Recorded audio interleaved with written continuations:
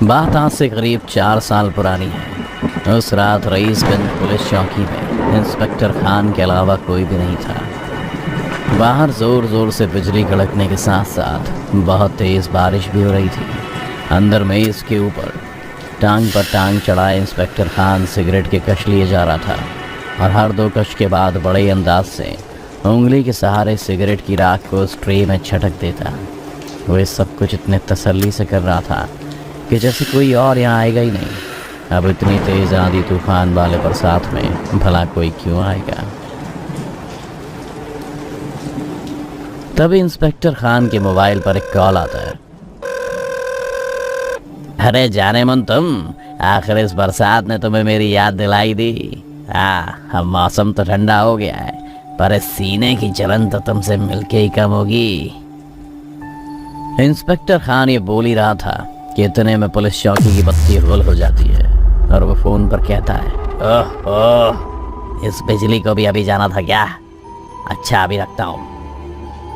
Phone cut करते ही जैसे ही उसने मोबाइल का फ्लैश लाइट ऑन की, पर बदकिस्मती से उसी वक्त उसके मोबाइल की बैटरी डेड पड़ जाती है और वो अंधेरे में ही हाथ पांव मारते हुए बाहर की तरफ निकलने लगता है।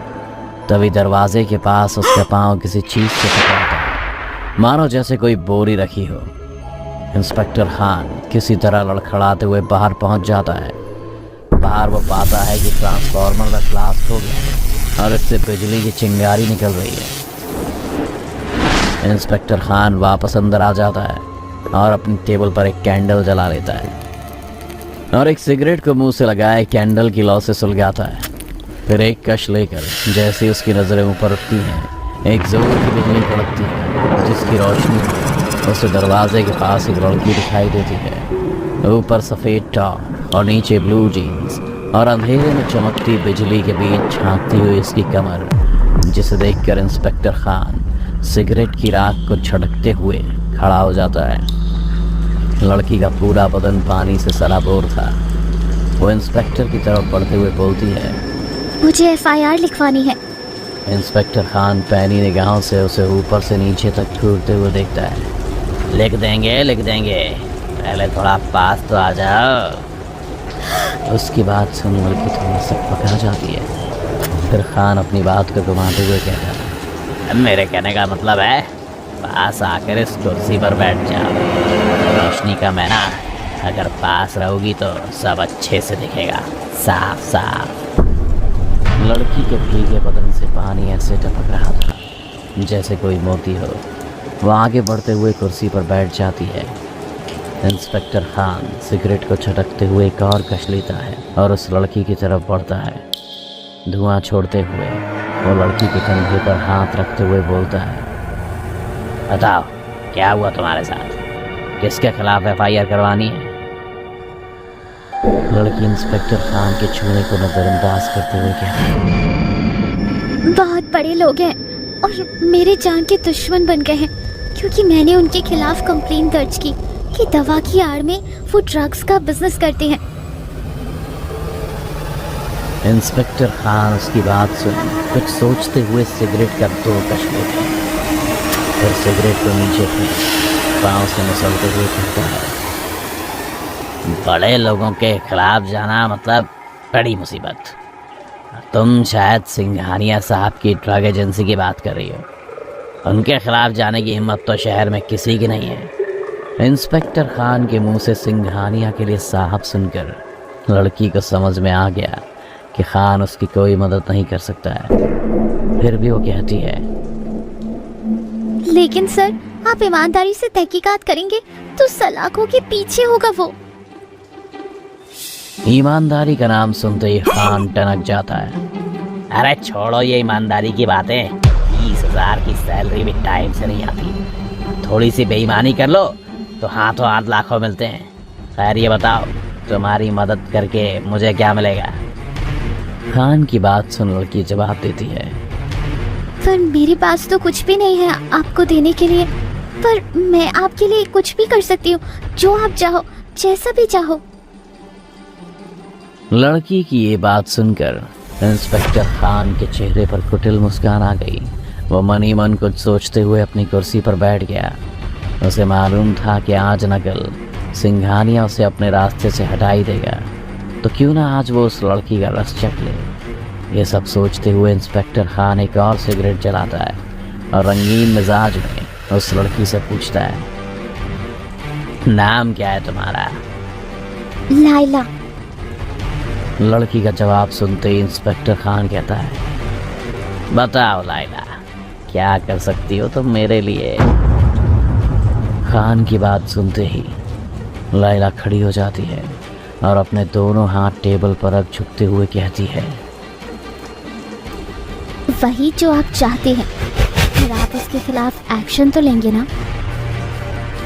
लाइला ने बात इंस्पेक्टर खान की आंखों में आंखें डालकर कही, पर इंस्पेक्टर खान की निगाहें तो किसी और गहराई में गोते खा रही थी। लाइला इंस्पेक्टर खान के पास आ गई।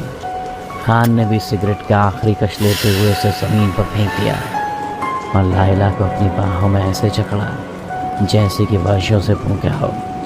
लाइला भी अब मदहोश हो चुकी थी। तभी खान के मोबाइल पर किसी का कॉल आता है।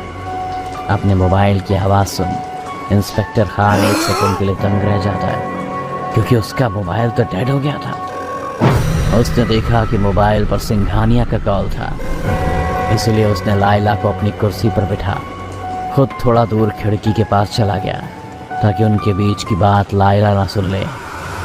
हाँ सिंघानिया साहब, बताइए क्या सेवा कर सकता हूँ आपकी? खान की बात सुन सिंघानिया जवाब देता है, और एक लड़की को ठिकाने लगाना है। अगर मैं गलत नहीं हूँ तो उसका नाम लाइला है।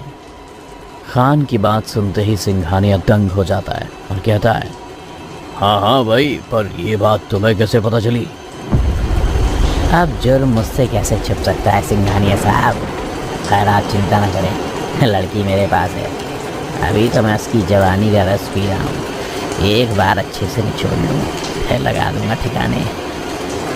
खान की बात सुन सिंघानिया छल्ला के कहता है, अब तू लाश को भी अपनी हवस का शिकार बनाएगा क्या? खैर जल्दी से लाइला की लाश को ठिकाने लगा, और मेरे बेटे का नाम नहीं आना चाहिए। सिंघानिया की बात सुन खान के होश हो जाते हैं। लाश? कैसी लाश? लाइला की लाश। जब वो तेरे पुलिस चौकी में भाग के जा रही थी तो मेरे बेटे ने पीछे से कई गोलियां दाग दी। मुझे नहीं लगता कि अब वो बची भी होगी। देख जाकर, लाश दरवाजे के पास पड़ी होगी। काम खत्म होते आ जाना, अपनी खरी मत लेना। सिंघानिया से बात कर जैसे ही वो पीछे मुड़ता है तो वहाँ लाइला होती ही नहीं है। इधर उधर देखने पर भी उसे कोई नज़र नहीं आता, और जब वो वापस से अपने मोबाइल से किसी को कांटेक्ट करने की कोशिश करता है तभी मोबाइल फिर से डेड हो जाता है। वो गुस्से में मोबाइल जोर से पटक देता है और टेबल पर रखे टेलीफोन की तरफ जाता है, पर उस टेलीफोन की लाइन भी डेड होती है। उसका गुस्सा इतना बढ़ जाता है कि वो उस टेलीफोन को भी जोर से पटक देता है। उसे समझ नहीं आता है कि अब किसी को कैसे बुलाऊं, क्या करूं। वैसे अब कुछ समझने की ज़रूरत भी कहाँ थी, क्योंकि सिंघानिया का कॉल ही उसके लिए लास्ट कॉल था। पर उसे अभी भी यकीन नहीं हो रहा था सिंघानिया की बातों पर, क्योंकि कुछ समय पहले तक लाइला उसकी बाहों में ही तो थी। अचानक पुलिस चौकी में लाइट फ्लक्चुएट होने लगती है। तभी खान की नज़र दरवाजे के पास पड़े किसी बोरे जैसी चीज़ पर जाती है जिससे वो टकराया था। जैसे ही वो उसके पास पहुंचता है तो देखता है खून से सनी किसी लड़की की लाश है। जैसे वो उसे पलटता है तो वह कोई और नहीं बल्कि लाइला की ही लाश होती है। खान लाइला को मरा देख ठंडा पड़ जाता है, फिर भी न जाने क्या देखने को अपने हाथ लाश की तरफ बढ़ाता है, जिसे लाइला की लाश अपने हाथ से जोर से पकड़ लेती है और अपनी खूनी आंखें खोलते हुए कहती है, अब तो FIR लिखेंगे ना इंस्पेक्टर खान?